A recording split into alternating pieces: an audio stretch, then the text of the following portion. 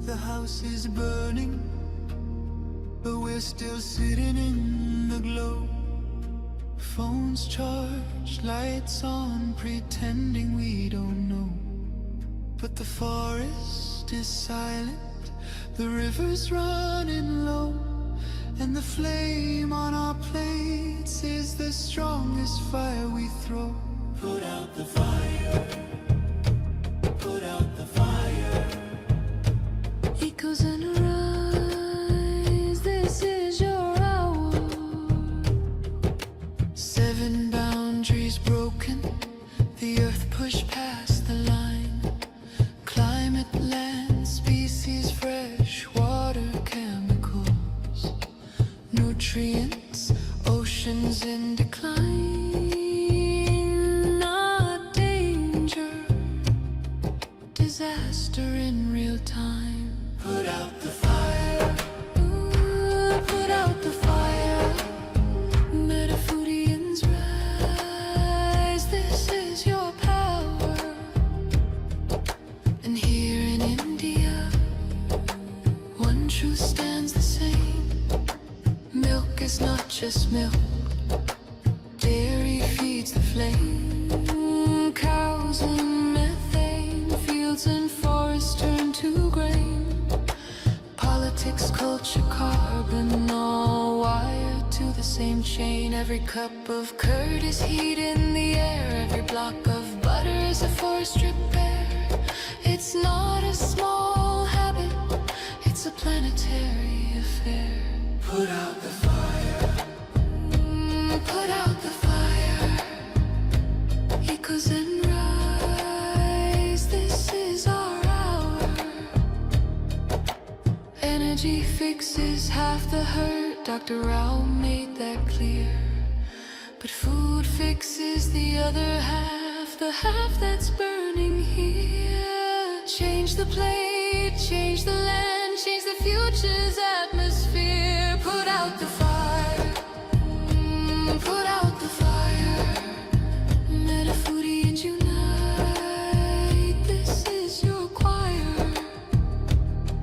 Every millet, every fruit, every sapseed, every bean is water on the wildfire of a world we've never seen. Every oil-free bite is a river turning clean. This is not perfection, it's direction. Not pressure, but protection. A week of choices can cool a generation. A company's courage can ignite a nation. Put out the fire, ooh, put out the fire. Echoes and rise, this is your hour.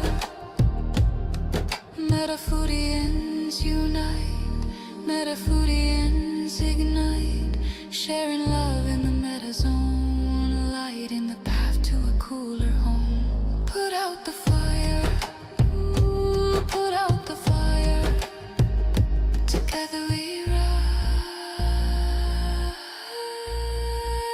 together we inspire.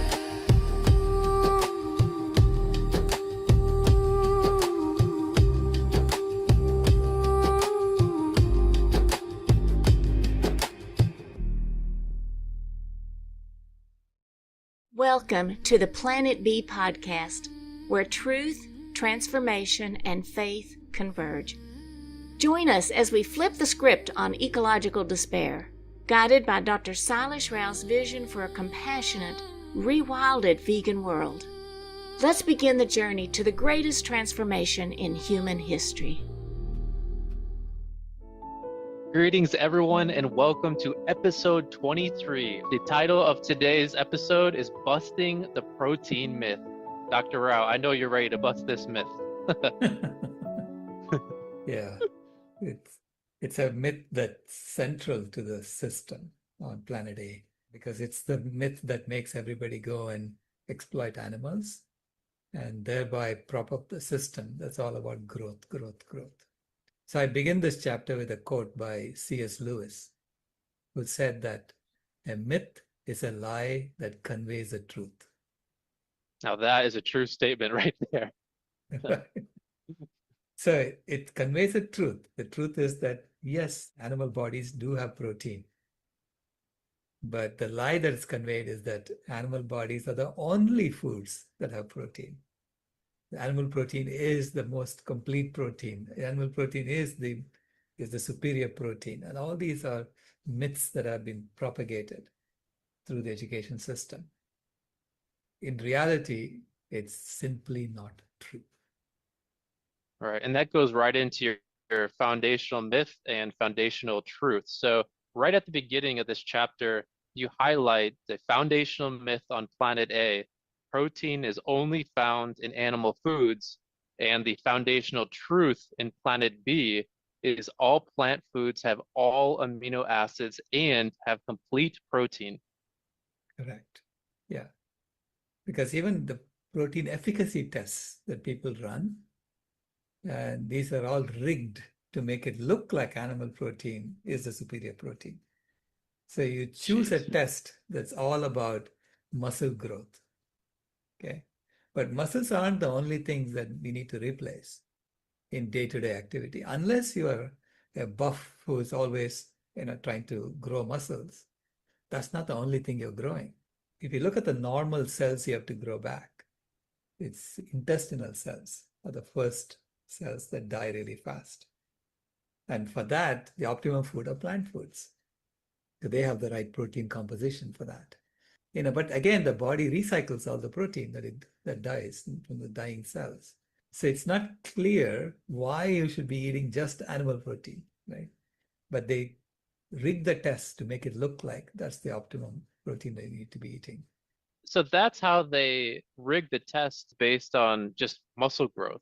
But what you're Correct. saying is actually the most important protein is within our intestines. You have to look at which cells are being replaced. And the cells that die fast are the ones in the intestines. Protein cells don't die that fast. There are other cells that die much, much faster. So basically, protein is found in every cell in our body. And as cells die out, and we are constantly recycling our body cells, right? As cells die out, you need to have protein in the food to replace that. Now, the body also has this fantastic mechanism for recycling the protein. It breaks it all down to the constituent amino acids, and then it figures out how to make new cells. So when you look at the mechanism, it's so amazing how the body functions. You realize how they rig the test to make it look like only muscle cells have to be replaced. Okay. And when you make that the test, animals' protein is definitely better because animal muscles are what we are eating. And animal Wow. muscles are very, very close to our muscles. You might as well be eating our muscles. It's kind of gross, honestly. It is, yeah. But that's the reason why it's better, right? Mm. In those tests. There's so much work that's been done, and I listed all that in the chapter, talking about what happens when you eat animal foods. Because it's not just the protein you're ingesting, you're ingesting all these other things. So it's like the protein, is part of a combination in which, you're getting all these other things that you don't want. Dr. Walter Willett's quote is very important there. He said, to the metabolic systems engaged in protein production and repair, it's immaterial whether amino acids come from animal or plant protein. However, protein is not consumed in isolation. Instead, it's packaged with a host of other nutrients. So he said, pick the best protein packages by emphasizing plant sources of protein rather than animal sources. Because there are so many other compounds like insulin growth factor 1, IGF-1, that comes with animal protein. And that is not good for you. I'm reminded of Dr. Milton Mills. He said, drinking dairy in order to get nutrients is like inhaling cigarette smoke in order to get oxygen. And we're going to talk a lot more about that in the next episode for sure. Right. How does it differ, Dr. Rao, when protein is packaged in animal meats versus how protein is packaged and consumed in plant-based foods?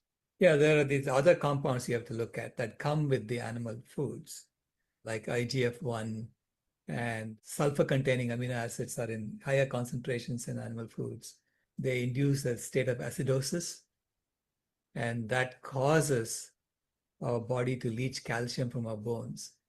So there are consistent studies that show that those who consume a lot of dairy and consume a lot of animal protein in general have more bone fractures because of this property. Because Wow. the animal protein composition is not optimum composition. It's optimum if you are a jock who's building muscle.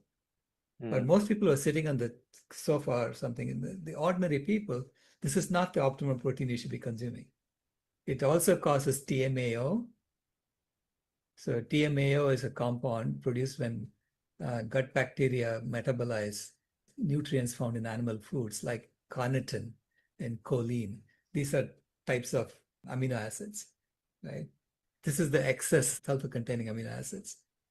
And high levels of TMAO will increase cholesterol plaques in our blood vessels and basically lead to heart disease.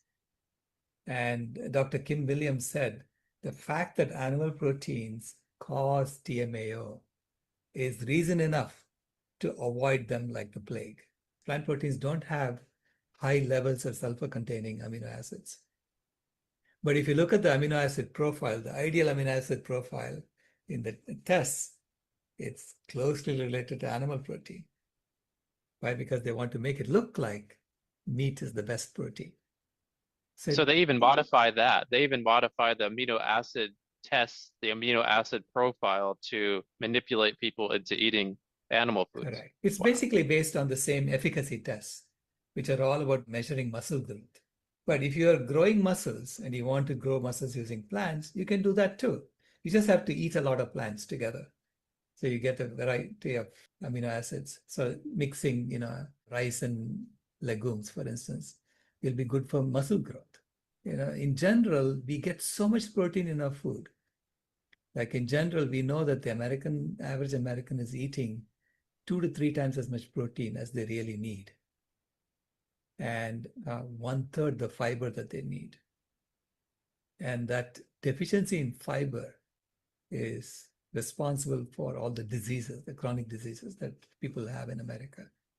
So it's responsible for obesity, because what happens when you don't take enough fiber in your food is that fiber has no calories, but it fills up your stomach. So our body says you're done with eating when your stomach is full. Now, if you're filling up your body, your stomach, with foods that don't have any fiber, you're going to eat a lot more calories for the same volume of food. Okay? And if you don't use those calories, then the body takes all the excess fat that it didn't burn and stores it for future. Wow. It's a mechanism that body has for making sure that you can get through a famine.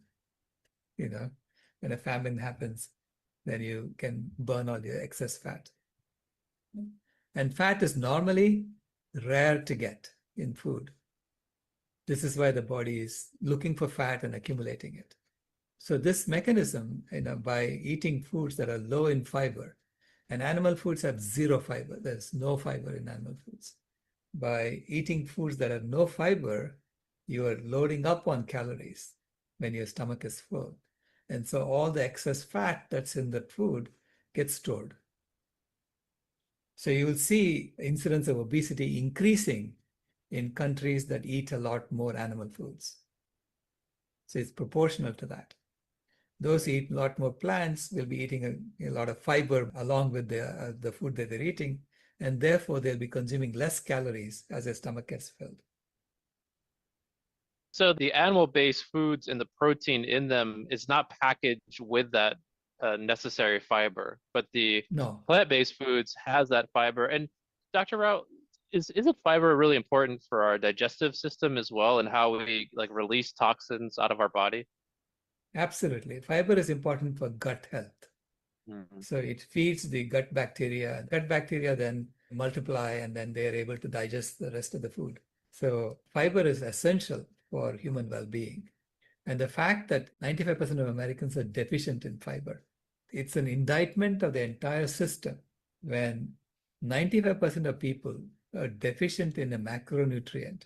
The government does nothing about it. So that shows you that it's systemic, that they really want us people to get sick so that they can feed us pharmaceuticals and grow the drug industry. That's what it looks like to me.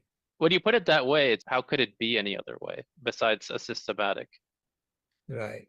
So the TMAO production is one, which is the trimethylamine N oxide. That's one reason why you shouldn't be eating animal foods.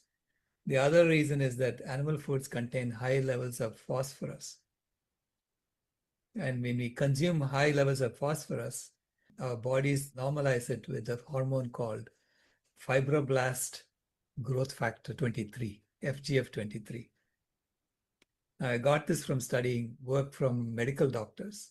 So it's Dr. Varsha Shah. She's a pediatrician and lifestyle consultant in India.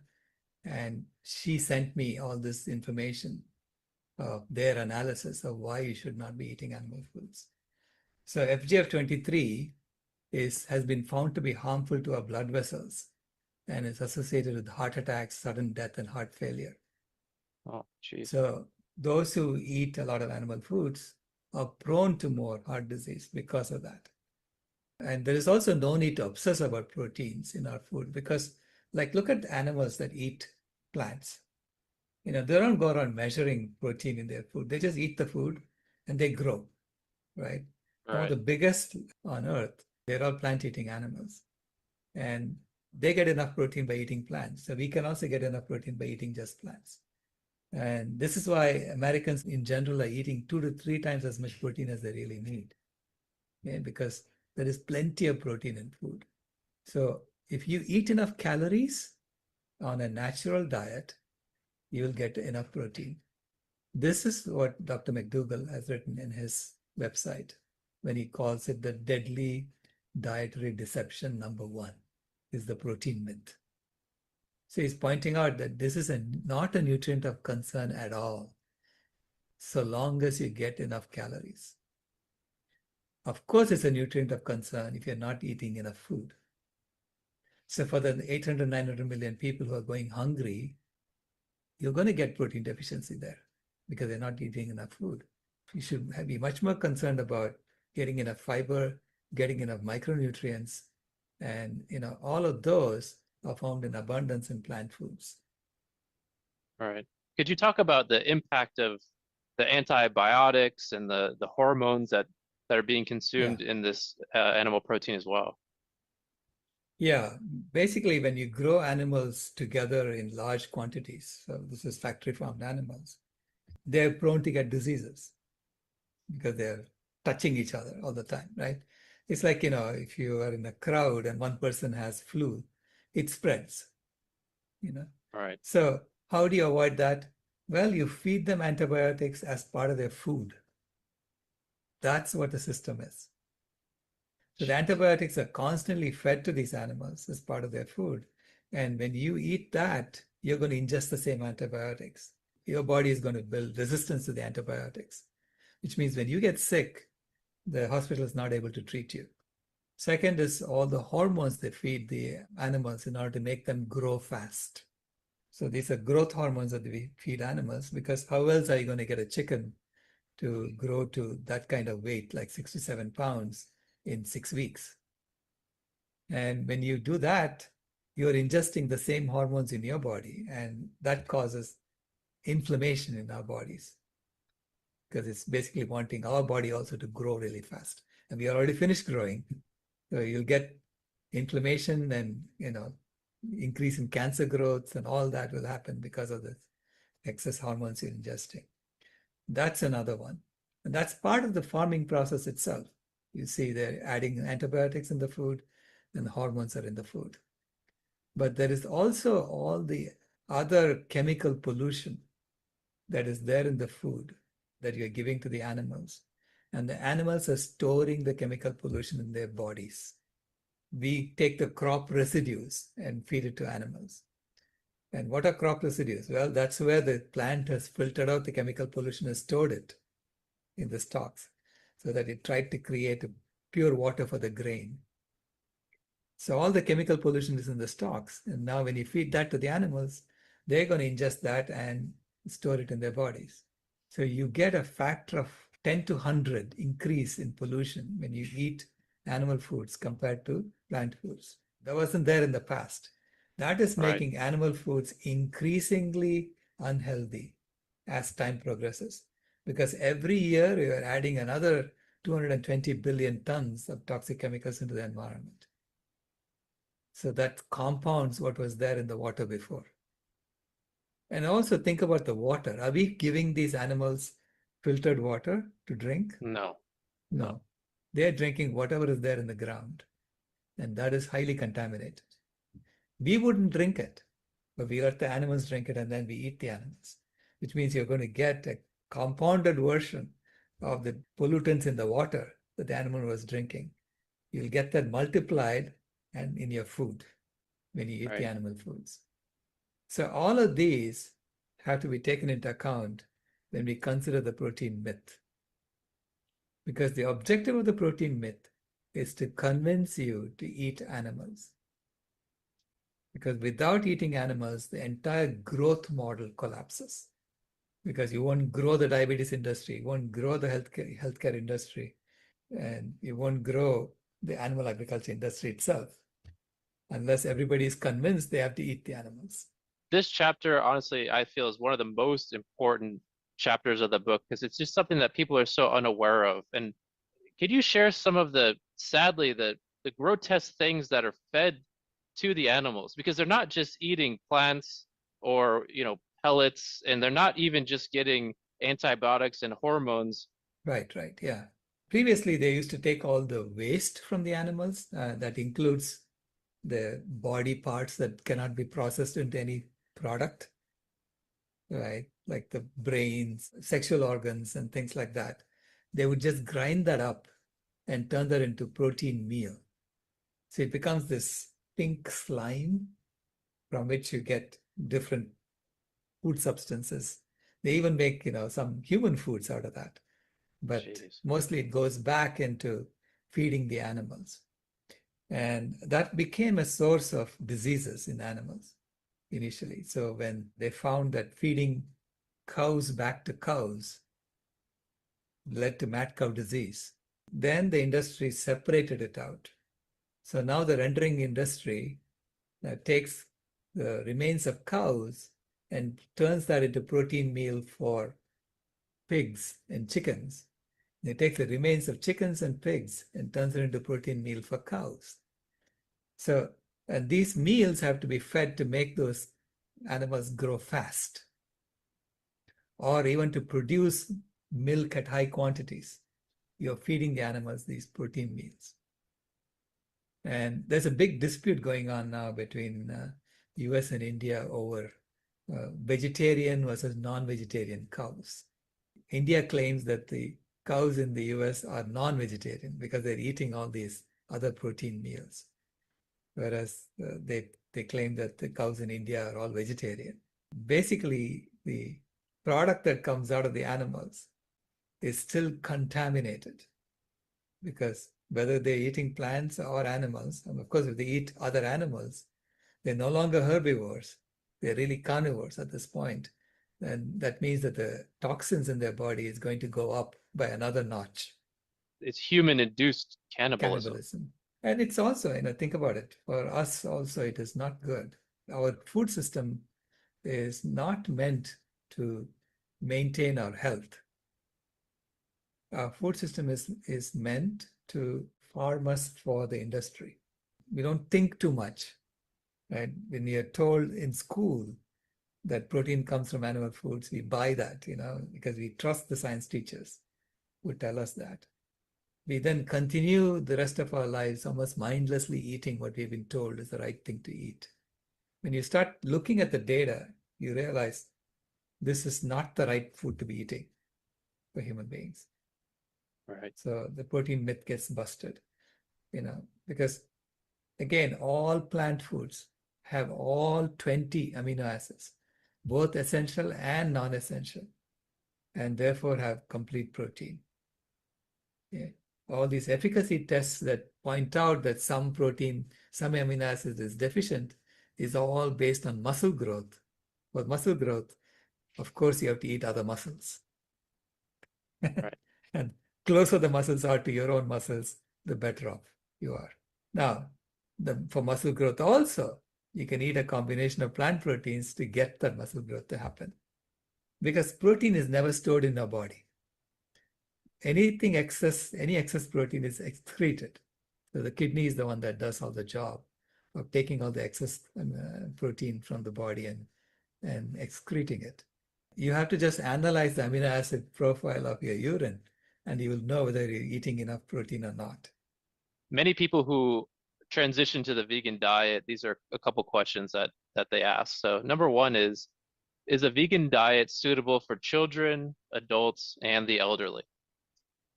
Association of Dietetics and Nutrition, I think it's called, issued an update. They had already said, in 2010, that a well-planned vegan diet is suitable for all ages and all stages of human life, from pregnancy to infancy to teenage life to adult and to elderly. Okay. And they issued it again in 2025, clarifying that it is appropriate for all stages of human life. It has to be well planned. So meaning if you do a monoculture diet of eating exactly one thing over and over and over, you're going to be deficient in other things. But that's not what we normally eat.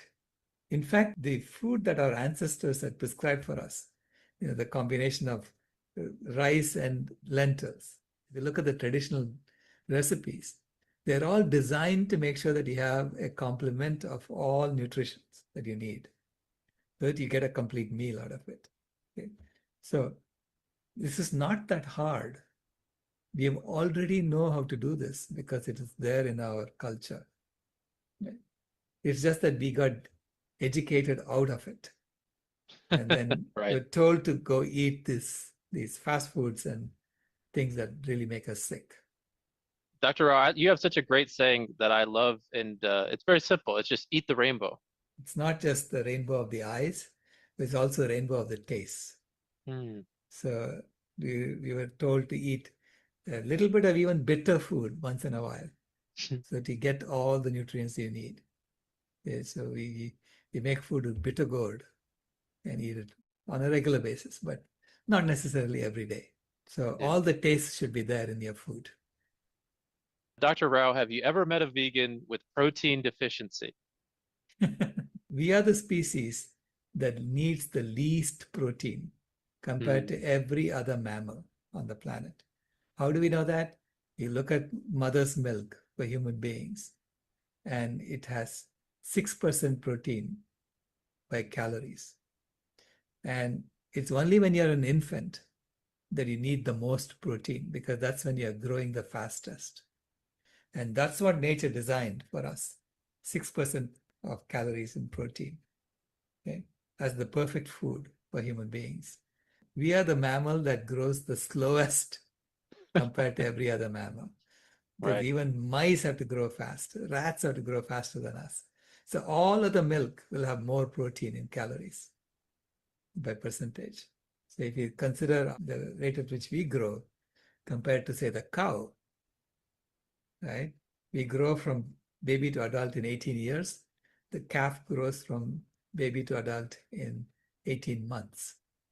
And the cow is 5 times our size, which means that fluid that the cow is giving her baby is designed to make our body grow 50 to 60 times faster than it ever needs to grow. So this is why casein, which is the protein found in cow's milk, is one of the strongest carcinogens known to man. Dr. Colin Campbell said, if you didn't label it as casein, and if you just measured that as a substance, and you evaluated it, you would say that is the worst carcinogen. And only because it's cow's milk, it's labeled as food. So all the experiments that he did in his lab, he was using casein as the animal protein to show how animal food cause cancer. UN chapter 23 with the quote, "Plant foods are the real high quality foods that we should be eating for optimal health. This is part of the protein myth busting that needs to be taught to everyone on planet B." Correct. Yeah, everyone needs to know that the packaging of protein is very important and the composition of protein is very important. So the packaging of protein that comes with plants, it comes with fiber, comes with the right kinds of fats, it comes with the least amount of toxins. That's the kind of protein you should be eating. Whereas the packaging of protein in animal foods, it comes with no fiber, it comes with hormones, comes with antibiotics, comes with chemical pollution, comes with saturated fat. All of these things you don't want in your food. So that packaging is the worst. So plant foods are the real high quality foods when it comes to protein. We need to teach children how to do, rational thinking on their own. Yeah, very beautiful. Dr. Rao, as always, it's such a pleasure. Thank you so much. You put it in such a simple way that everyone can understand, and the information that you're bringing forth is just so eye-opening. So I just say thank you for that. Is there anything that you'd like to share as we close out episode 23? This is the unveiling of deceptions, of myths that we have been taught, and just seeing the reality as it is. So thank you for joining us in this journey. Thank you so much, Dr. Rao. Thank you so much to the audience as well. We hope you enjoyed this episode 23, Busting the Protein Myth. And the next one is just as fascinating, if not more fascinating, because episode 24 is Overcoming the Dairy Deception. Thank you all so much for joining us, and we'll see you again soon. This has been a podcast from Planet B, where the same humans live in truer systems. If you haven't moved here yet, we thank you for visiting.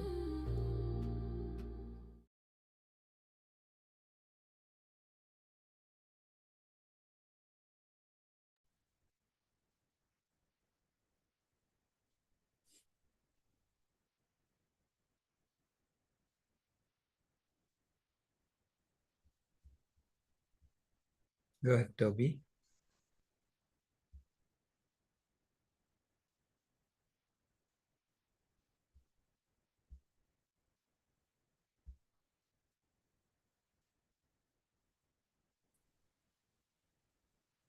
Hello, Dr. Rao. It's another great episode. I remember when I watched Forensic Files, and it talked about the mad cow disease when it sprung up in England. Mhm. And to begin with, they didn't know what was going on. And it was usually young people, but they were dotted all around England. And they were starting to hallucinate and see things that weren't there, talking to people who weren't there. And it caused their brain to start to get like, I don't know what they called it, but they start to get like loads of holes in the brain. Mhm. And it's an awful thing to happen, absolutely terrifying. And usually young people are getting this disease and dying from it. Absolutely horrific.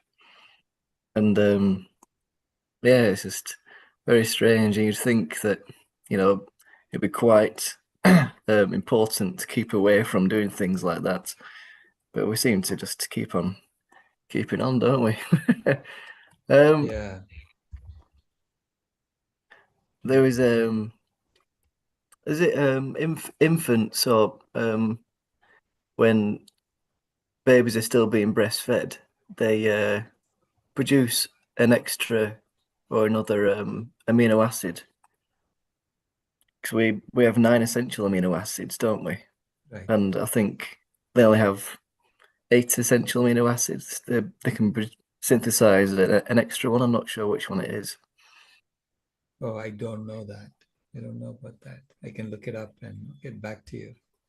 Yeah, So you think that's babies are not able to,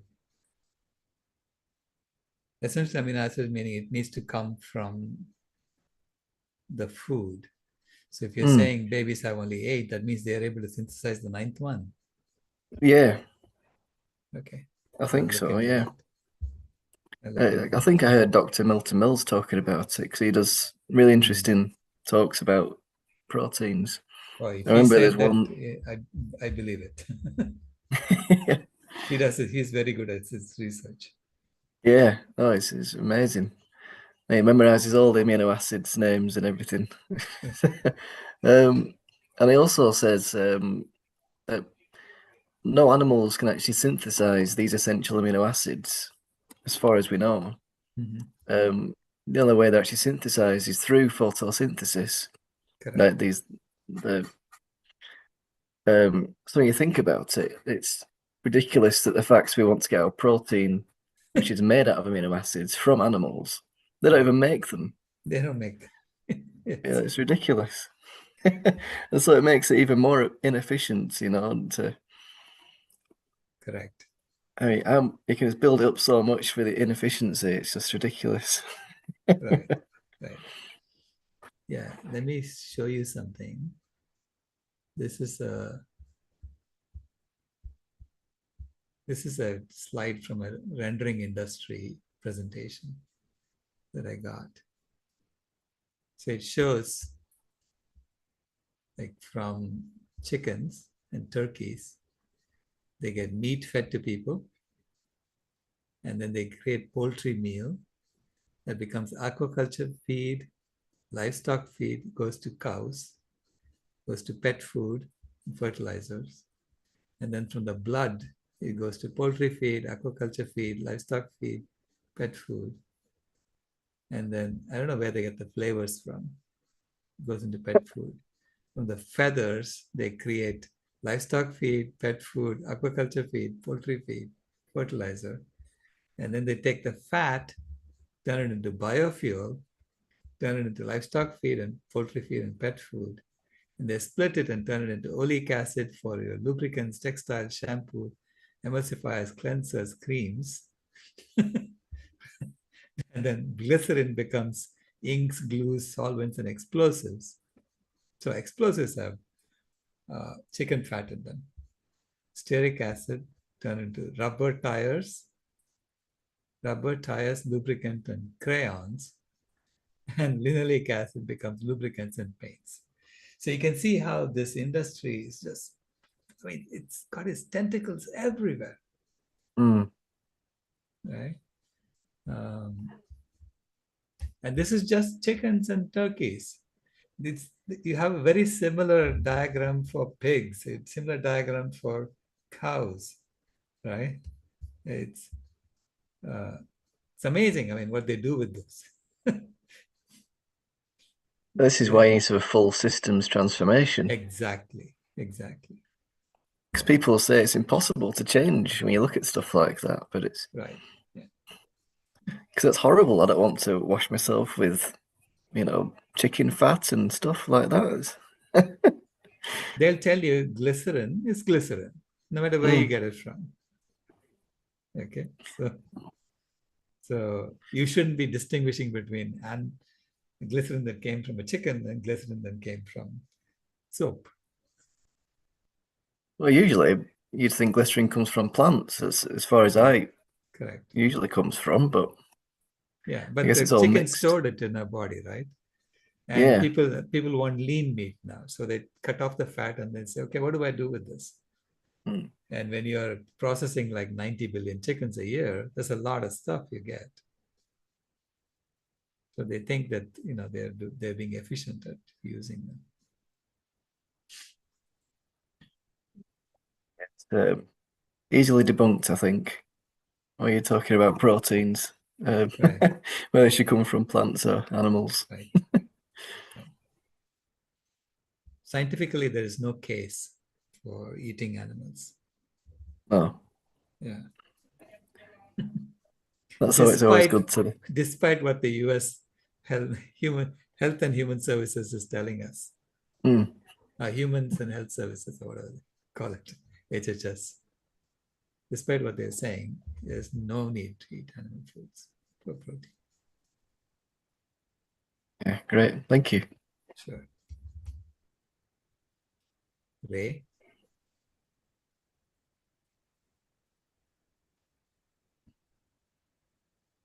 Hey, Dr. Rao. Hello there. Wow, talk about protein. It's such a, such a ubiquitous thing amongst all vegans, but a very important thing to look at a systemic level. And this kind of inspired me to do a little bit of a step backwards, take the 30,000 or 50,000 year view of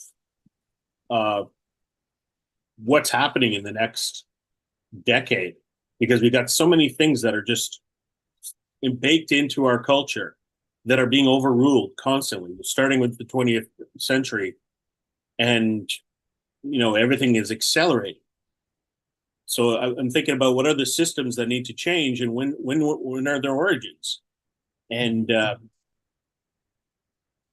when did we start building Planet A? Yeah. So I'm looking at 100,000 years ago, when Homo sapiens went from gatherers. All we did was gather. There was no hunting. So we sharpened our sticks and to defend ourselves, and then we start hunting animals. And about 50,000 years ago, our cultural priority switched to hunter-gathering rather than gatherer-hunters. And I think that anthropologists have identified is when there was a shift between the equality that was recognized between men and women 100,000 years ago, became a priority, that the hunting and the following of animal herds became more important than gathering food and following patterns of ripening fruit and so forth. So those are the foundation of sexism, in my opinion. And a male-oriented culture kind of emerged from that. And as we've discussed in Climate Healers, it's all good, it's all natural, it's all part of the plan. We accept that. We don't need to be worried about when sexism began, but we can worry about when it ends. This circles around to protein, I promise. So 12,000 years ago in the Fertile Crescent, we switched everything over. It began the process of switching over to an agrarian culture. And we already have this shift in the culture that protein is important, even though protein wasn't a term that was known until 1838. I just looked that up. Right. And that's also the beginning of the Industrial Revolution. And also part of this history is the USDA was formed by Abraham Lincoln in 1862 and started promoting particular industries. It obviously wasn't as rampant in 1860s as it is post-war era. So modern marketing is understood to have emerged post-World War I. And then this protein myth kind of comes out of the Meatless Monday that happened in World War I.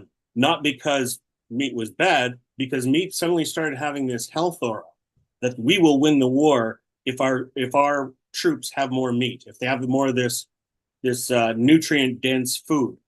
And the health aura and the strength associated with protein emerged out of the world wars. In the 20th century, when all the rules previous to the 20th century started to be overturned, and we have amidst the Industrial Revolution that really takes off after this marketing thing happens in the 1920s. So we're getting to the stage where we're starting to unravel all of these myths that have been cemented into our psyche over the entire history of the human race. And we're facing a population that goes, people have always eaten meat, right? Which is the foundation of carnism. We eat meat because we eat meat. It's not an argument, it's an observation. Right.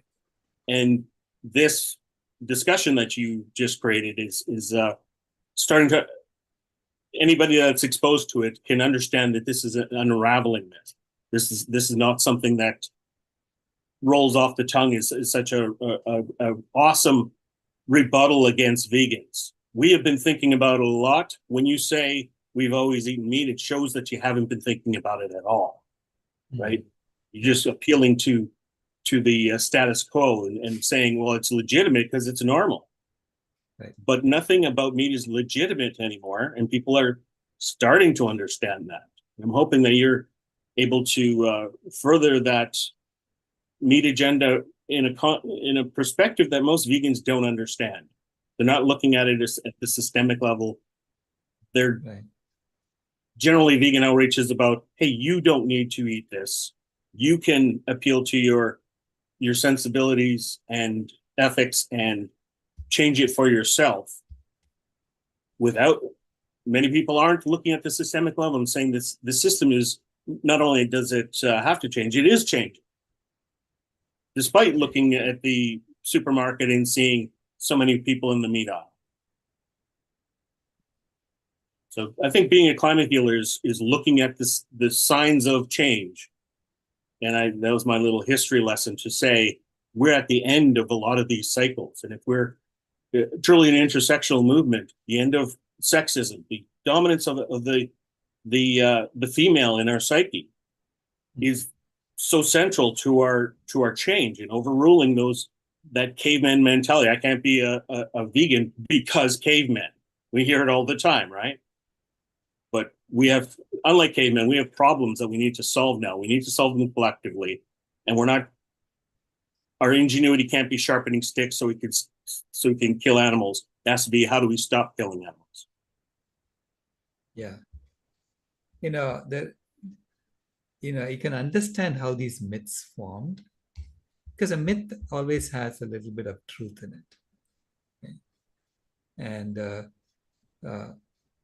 empirically, they knew, our ancestors knew, that you had to eat a little bit of animal foods to survive, to thrive. Because we are the only species that washes its food. And therefore, we don't get vitamin B12 in our food. So we're not eating the soil as much. So based on that, I think the aura of animal foods happened, from that empirical observation, that you had to eat some animal foods to thrive. This is why even Gandhi couldn't go vegan. He tried to go vegan in 1930s, 1920s, and he did it for 2 years, and then he had to take some animal foods because he felt sick. I suspect he had a B12 deficiency, right?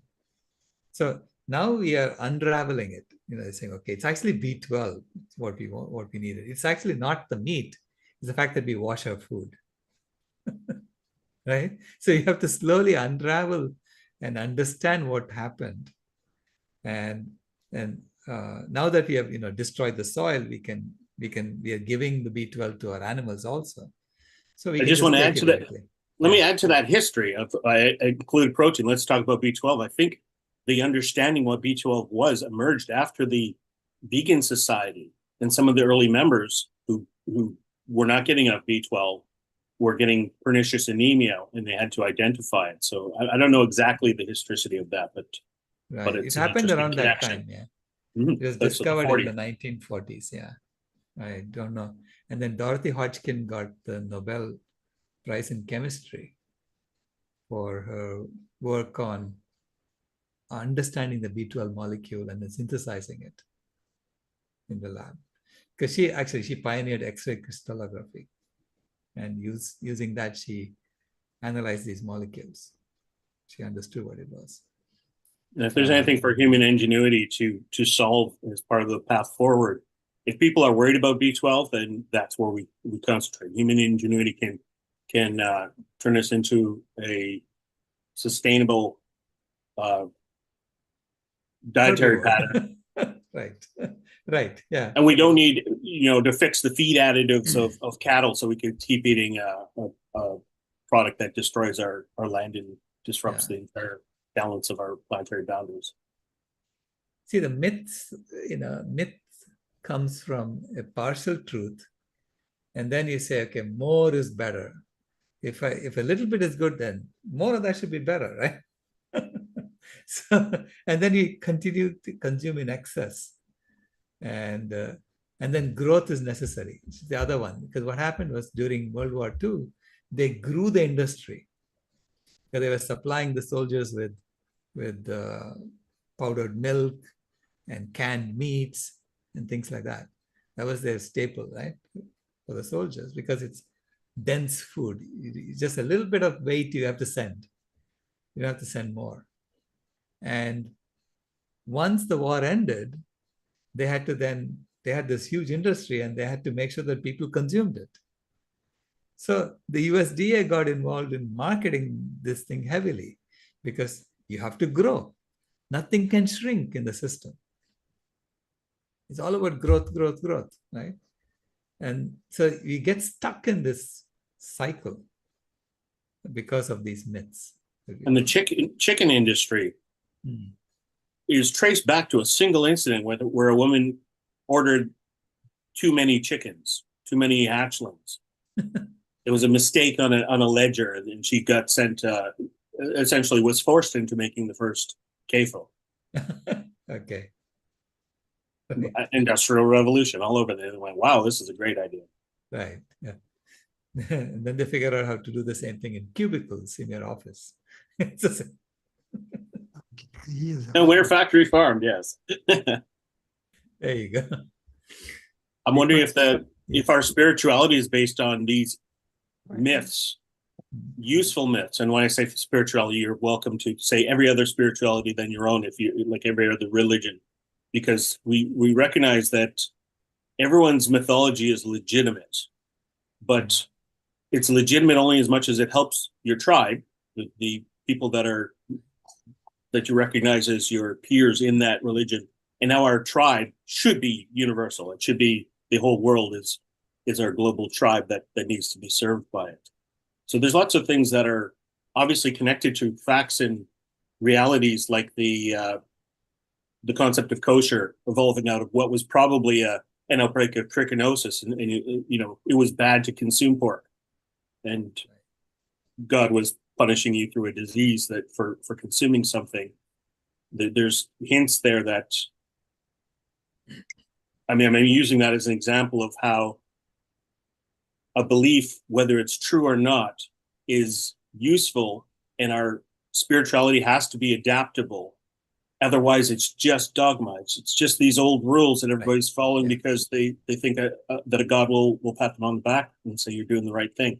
We have to be doing the right thing as a species. And spirituality is such an important motivational. It's really the only thing that we understand, even as atheists who may find their spirituality in environmentalism. It's still an ism. It's still a collective belief that needs to be constructed for the future and shake off the baggage of unuseful myths. Yeah, see, I see the journey from planet A to planet B is a journey from myths to principles or axioms, from unconscious programming to conscious design, from we've always done it this way to this is what we choose to create. Because when you have explicit axioms as opposed to myths that you bought into, then you're stating it explicitly, and then you can examine it and you can change it if in future it turns out that you're mistaken about the axiom being true, right? So that's the beauty of it. You're creating explicit axioms and saying, okay, this is how we're going to live, and we can go change it anytime we want. Whereas myths, we just inherited it. Right? That is unconsciously programmed into believing it. So that's planet A to planet B. Planet B is designed, whereas planet A was inherited. Yeah, so after all that, I didn't actually come up with a question. So the question would be, when did planet A start? Is planet A since the first hominid, or is it planet A something that happened because of the agricultural revolution? Yeah. A lot of the programming that we started during the agricultural revolution, I'm sure before that people were much more connected with nature. So when you're connected with nature, you're basically understanding the truth of how you live. Like you talk to indigenous people, they're much more connected to nature, right? This is why one of the scientists who studied the biotic moisture pump theory, he said, he spent 20 years creating models, and then he finally established the theory, biotic moisture pump theory, which basically says that trees create their own rain. And so he was talking to this tribal guy from the Amazon, and the tribal guy was told him, why do people cut these trees? Don't they know that when you cut trees, the rain stops coming? And he says, how did he know that? And he asked him, how do you know that? Because it took him 20 years to study it in science. How do you know that? And he said, this forest spirit told me. Can I suggest a possible beginning of Planet A? Right. And the irony here is like, I'm so fascinated with this period of time because two things happen at the same time. The Enlightenment. We came out of the Dark Ages. We started trusting science and facts. And at the same time, we have people like Francis Bacon and Rene Descartes telling us nature's to be dominated. Science will dominate nature. That's what we're going to use science for. We're going to beat it into submission. And that's like a serious turning point in the development of Planet A. Could be. Yeah, it's like an exponential curve happened there. Yeah. I'll add that to my timeline. If anybody's interested in this, encourage me to put it all down. Thanks, Ray. Thank you. Deepak? It's not really a question. It's almost, I think we shouldn't be recording this in a way because in China study, Dr. Colin Campbell, even Dr. Michael Greger jokes that if you are really looking for protein, the perfect protein is our own human skin. So ethically sourced, of course. So maybe that's an option. Yeah. Also, this concept of protein reminds me of Garth Davis's book, Proteinaholic. I don't know if you saw this debate between, I'm forgetting his name, Rip Esselstyn and Dr. Garth Davis, where Folks Over Knives, the organization recently introduced olive oil back into this definition of whole food, plant-based, which was interesting. Any thoughts on that? No, I haven't. I wasn't aware of that. Yeah. I don't take olive oil. So I'm perfectly happy with my whole food, plant-based food. Yeah.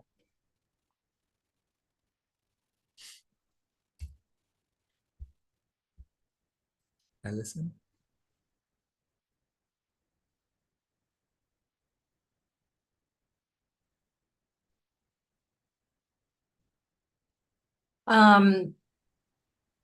I want to ask a question, and it's related to something that's showing up in the YouTube chat. So I'll just acknowledge our viewers on YouTube. The comment on YouTube is that the chart that you showed is something that the industry brags about. And then Rebecca responds that, yes, we're so good using all the parts. My question is, this is not a conversation that's very commonly had in vegan circles. And I don't know if it's because vegans are uncomfortable with the subject, or it's not common knowledge, or we don't trust the source. And I was wondering, in your thoughts and your experience, what would be the ideal professional to bring this subject up? Your chart kind of shows it in reverse. It shows where do the parts go. But my point is, if I'm a consumer of any animal product, how do I find out what I'm actually consuming? Right. You know, am I consuming antibiotics? Am I consuming plastics? What am I consuming? Right. Yeah. No, the more you study these things, the more you become a minimalist. Yeah. I don't even buy toothpaste in the market anymore. I make my own. I make my own tooth powder with spices. So to me, it's just the industry is so it's so completely entwined with every aspect of our life, the animal agriculture industry. Yes. Okay? Because they're just selling it as glycerin. People are buying the glycerin. They don't tell you where it came from. this. See, you become a supplier of glycerin, and you are a rendering industry, and Yeah. so you don't know. No, this is why I just don't want to buy anymore. As much as possible, cut down on all my buying. Yeah. So what would be the most apt professional that could tell us what's actually in those foods? What's in the beef? What's in the, yeah. What's in every product, you mean, right? Yeah. Mm-hmm. Yeah. So you need someone who does the supply chain for these industries. Someone who understands the supply chain and where does the product come from? Where does each ingredient come from? So you can. So you couldn't chemically examine. No, it's the same molecule. It's the same molecule. But you wouldn't find pesticides, insecticides in a piece of animal flesh. Actually, you will. That's a good point. If it's a fat, if it comes from a fat source, that fat would have stored the pesticides and the chemicals. Because a lot of the chemicals that we put into the environment are fat soluble. And so, yeah. So maybe if you analyze the fat and you see how much pesticide residue is in there, you can tell it as an animal source. Maybe that's what they do. Like Dr. McDougall had told me that he told me that he can take a biopsy of your butt and tell you exactly what you've been eating from the fat, right? He can analyze the fat and tell you. So maybe that's where you would also find antibiotics, hormones. Correct, yeah. And what about when it comes to dairy? Would it also be in the fat cells in the cow's milk, or? Yeah. The fat cells in the cow's milk, which what becomes butter, which what becomes ghee, and so on. That has stored a lot of the chemicals in what the cow is eating, from what the cow has been eating. In fact, when we did What the Health, there was some analysis that we did to show that the amount of dioxin in the cow's milk exceeds the amount of dioxin that she could be breathing if she was standing next to that paper mill for a whole year. Okay? So that's how much gets accumulated in the food that she's eating. So was it a chemist that discovered that, or what kind of a? I don't know who did the analysis, but it was basically Kip's team at AUM Films. Yeah. Yeah, because I think this whole subject is a subject that we need to be more informed about, so that, I mean, I wouldn't feel comfortable talking about this because I feel like I'm not someone who could know. I'm not someone who could be believed. And I would also feel like I would be a target of the meat industry if I started saying these things. So, I mean, you're saying them here today. So where do we go from here with this subject? Yeah, but look, we're not trying to change planet A. We are trying to create a planet B that doesn't have all these ethical problems. Yes. And you have to basically do a conscious design of planet B with conscious axioms and minimizing our footprint on the planet. Yes. Right. Okay, good. So focus on planet B. That's a very good reply. Yeah. Focus on planet B. That helps a lot. Yeah. Because that thing is so intricately tied in. Planet A is intricately tied in with the animal agriculture industry. Yes, absolutely. Okay. Thank you. Thank you. We done with the questions? And we can. Yeah. Can I ask a question? Sure. Yeah. Actually, this is a little story I would like to tell. maybe this morning, I was going to have a walk with a good friend of mine, and who is very much in protein. He thinks he needs it, and I tried to convince him, but it didn't work. And then I saw that today was actually the talk on protein. So this is my opportunity. So I asked him now if you can just after a walk, I want to be back at 11 o'clock, but then you can come and you can see, look at this problem. But he didn't, he was too busy. Right, right, right. So it's Yeah. very weird how things come together. Right. So, so from this class of today, I think I can probably start to let him know what is going on Right, about right, right. protein, and so that was a wonderful day, wonderful thing today. So it just came in time, I think, and Right, his refusal was very typical of how people say. So, right. so thank you for your class. It's very, very excellent. Can I tell a little story? Sure. So, in 1944, there was no food anymore where I lived. Mm, This was in the Netherlands, mm, and we were lucky because we lived in the west, and there is behind the dunes on the west coast, there is a region where that's particularly good for growing bulbs, tulip bulbs and so forth, which was a big business in Holland.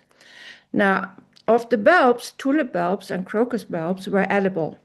mm, So it saved, I think, my life because my mother would go on the bike with my older sister, and they would go to the fields there and harvest or got or bought, I don't know, tulip bulbs and crocus bulbs. And the only other thing that was available were sugar beets. So basically, my food for a long time was totally plant-based. And we survived. There's a lot of people who didn't have that because they lived too far from that in the Netherlands who died because of starvation. So I'm very, very, of course, then they didn't use all the poisons to grow the bulbs. And now I wouldn't really recommend it because at this point, it's not safe. Yeah, so that's my little story of survival. Thanks to plant-based diet. Yeah, we are so glad you are here. Wonderful. Thank you. Thank you. Ken? Yeah, I just wanted to add something to what Allison was saying, that in our Ubuntuverse training, now we've really learned to talk about situations and not problems. So that what we're trying to do when we go from A to B is we're trying to change the situation. We're trying to alter the situation. We're not trying to solve the problems of planet A. We're trying to alter the situation so we have a new situation for our creativity and our focus and our engagement. So that language is very helpful for me to sort things out and not get trapped in trying to fix the world, but actually do the work of changing the situation so we have a new situation on our hands. Right. Yeah. And apply our creativity to the new situation at that point. Anyway, just a contribution. Thank you. Well, thank you, Ken. That's great presentation. Yeah. I'm loving it. I mean, it's going from a climate heating to a climate healing. And who says climate heating was unnecessary? It was necessary. It's yeah. And that's a new situation. So we're creating a new situation to live with, right? Right. Thank Right. you. Toby?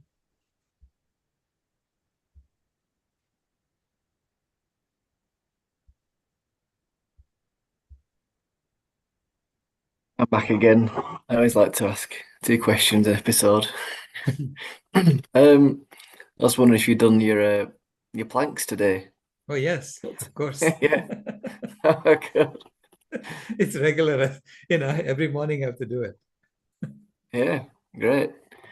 I was working in a quarry just before I moved to Spain, and obviously, it's a lot of lifting and stuff. And there's a guy who used to go to the gym every day, and he went around saying like, how strong are you, and all these kind of things. And he said to me, you're probably stronger than the average person, I never really thought about it that way. I probably am. Mhm. It's nice to think, oh, I'm a vegan and I'm stronger than the average bloke. So it's quite good. Right. You don't really think about it that way, but I mean, it's true that I think it doesn't really matter if you're vegan or not. You can build just as much muscle and be just as strong. And then when people realize you're vegan, they're like, oh wow, and they don't want to argue with you about that because it's, it's Right. it's obvious that I'm working in a quarry with you, and it's perfectly the same, Right. Right. if not better. There you go.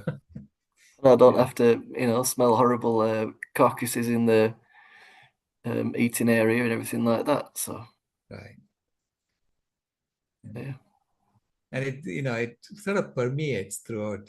Like if you eat that, you'll have body odor, all kinds of things show up, because of that. Hmm.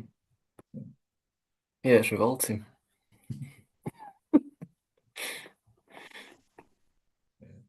I mean, I have to turn that into some kind of spectacle, right? So I'm going, I'm thinking of when I go to these schools in the UK and talk to kids, maybe challenge them to a plank contest. All right. they don't realize I do it every day. So. Because everyone thinks that vegans are weak, right? So Mm. that's what they've been told. I don't remember her name, which I saw her on the plant-based news, and she's a vegan who's broke the world record for a plank. Okay. It's like 3 hours long. She's doing a plank for. Right. She's ridiculous. The male record is like 9.5 hours. Is it? Yes. Oh wow. They, Jeez. they actually broadcast it live, on TV. You see him doing this Wow. for 9.5 hours. And It was boring channel. he was stiff at the end. Wow. I'll have to find what's his name, do you know? I don't remember his name. I'll have to Just see if look him up, he's in the Guinness Book now. all right. So I thought she had broken it, but maybe it was just for females, but No, for the females. Nine, and a all half, 9 hours, right. 37 minutes is the male record. Jeez. That's And he horrible. was beating someone who had already done for 8 hours, 48 minutes or something like that. So, Wow. I mean, 6 minutes is nothing, right, for them. I think doing things like that could damage you for the rest of your life. You won't be walking properly, would you? You could be walking like this all the time.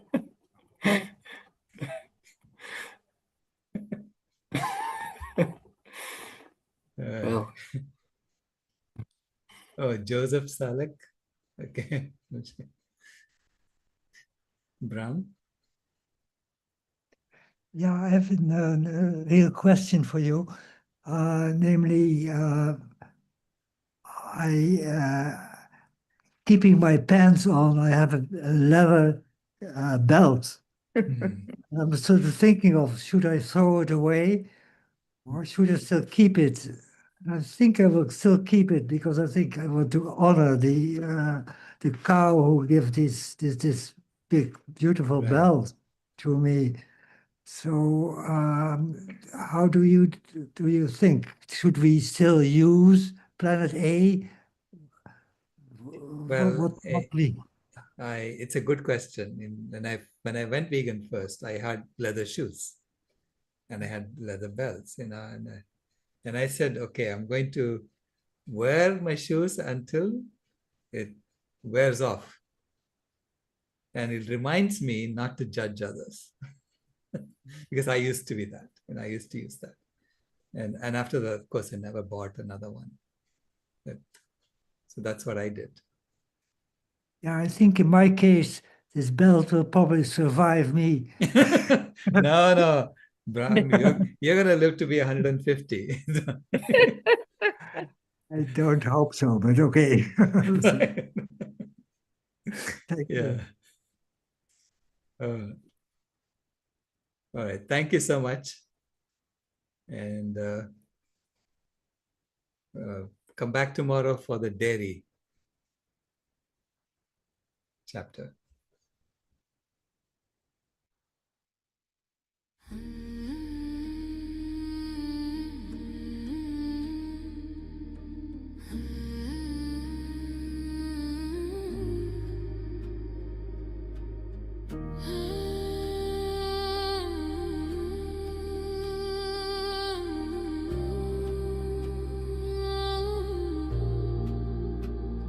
The house is burning, but we're still sitting in the glow.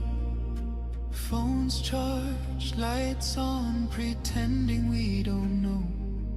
But the forest is silent, the river's running low, and the flame on our plates is the strongest fire we throw. Put out the fire, put out the fire. Echoes and rise, this is your hour. 7 boundaries broken, the earth pushed past the line. Climate, land, species, fresh water, chemicals, nutrients, oceans in decline. Not danger, disaster in real time. Put out the fire, ooh, put out the fire.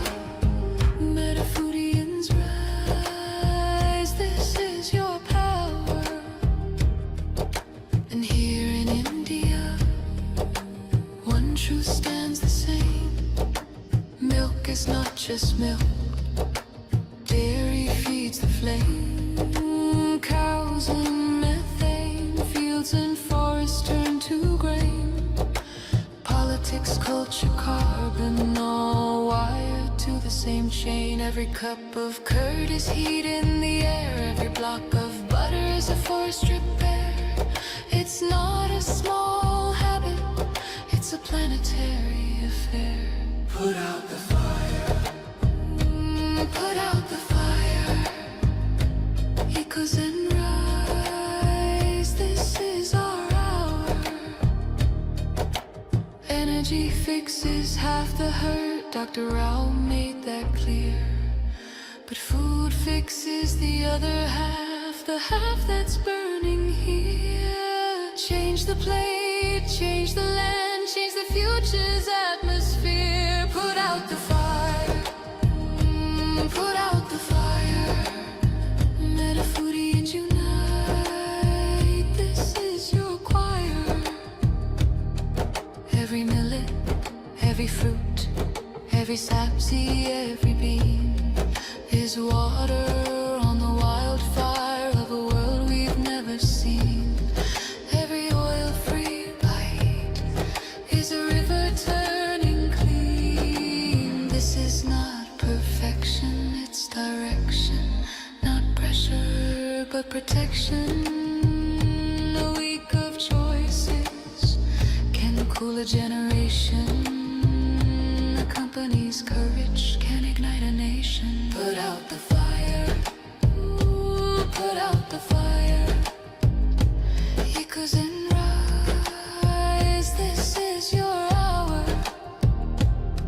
Metafoodians unite, Metafoodians ignite, sharing love in the meta zone, lighting the path to a cooler home.